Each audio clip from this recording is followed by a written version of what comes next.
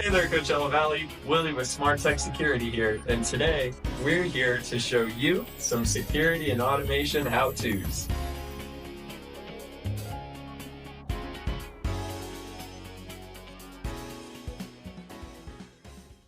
Hey Coachella Valley, Willie with Smart Tech Security here, and welcome to episode 2 of our Tuesday Tech Tips.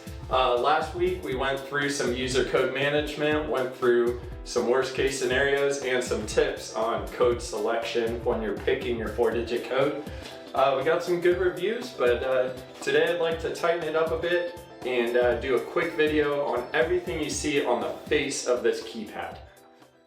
All right, so back here at our 7-inch touchscreen panel, we're gonna go ahead and wake it up with a quick tap anywhere on the screen.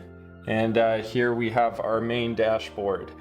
First thing to note, in the top left-hand corner, we see ready to arm. That's because all the doors and windows are closed. But if anything's open like that, we'll hear a chime, and we'll also see not ready to arm with a list of everything that's open or activated.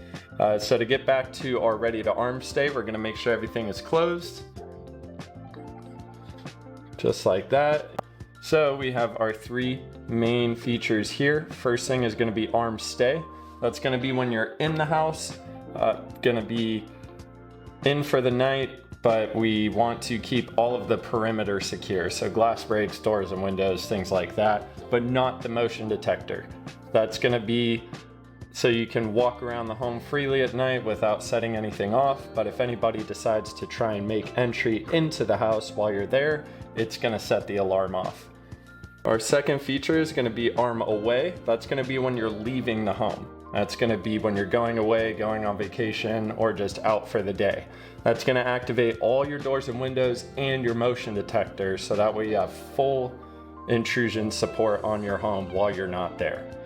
Below those 2, you'll see the mute buttons. That's gonna be if you wanna arm the system without this keypad actually making any noise. Say you have one of these in your bedroom, you don't wanna disturb your significant other, you would hit that to mute the system while it arms. To access either one of those 2, it's pretty quick. All you're gonna do is hit whichever one you want there. Arm away, you're gonna see your 60-second countdown, as well as your silence or mute button, and the disarm in the event that you're not ready to leave yet and you need to start over. So I'm gonna go ahead and hit my disarm button because we don't need that. I'm gonna go ahead and enter in my 4-digit code. System disarm.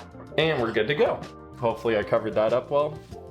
Next up on our list is our smart home. This is where we go to get a general overview on our lights, locks, thermostats, garage doors, and doorbells.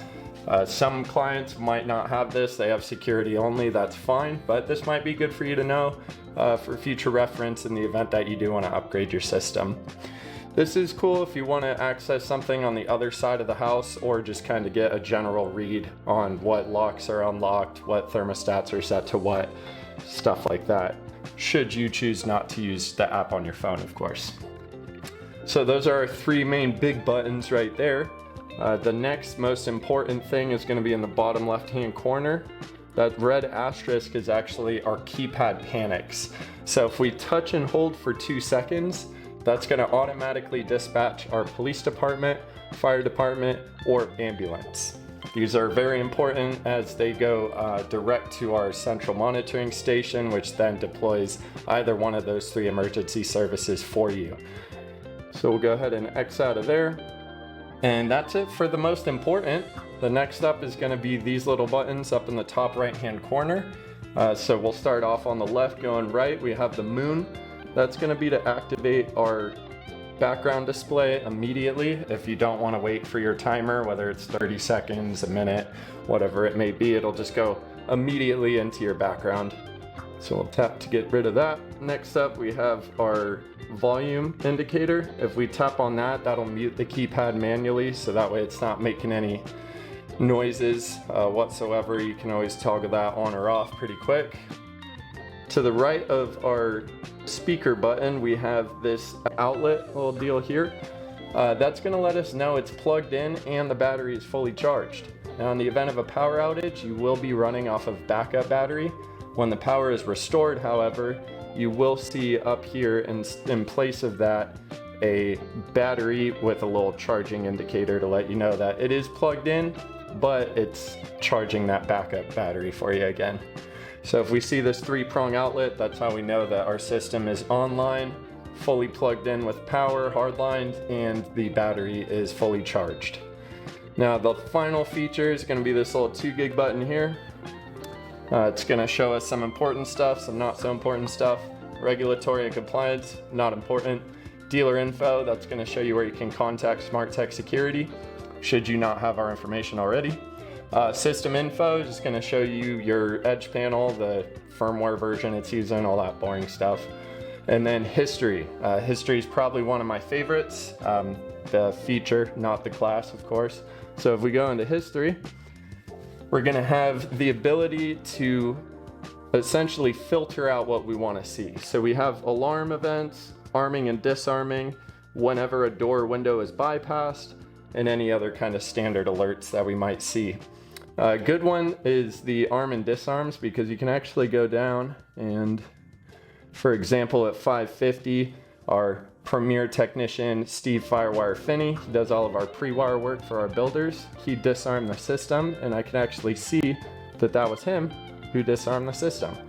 That's pretty cool if you have several different codes and you want to make sure that the right people are using the right code, stuff like that. And then you also can see your alarm history and all that, which you can also see on the app, but you can find it locally here as well. And that's another episode of Tuesday Tech Tips. Appreciate you guys listening in. Continue to like, share, and follow us for more content. Thanks again, and have a safe day, everybody.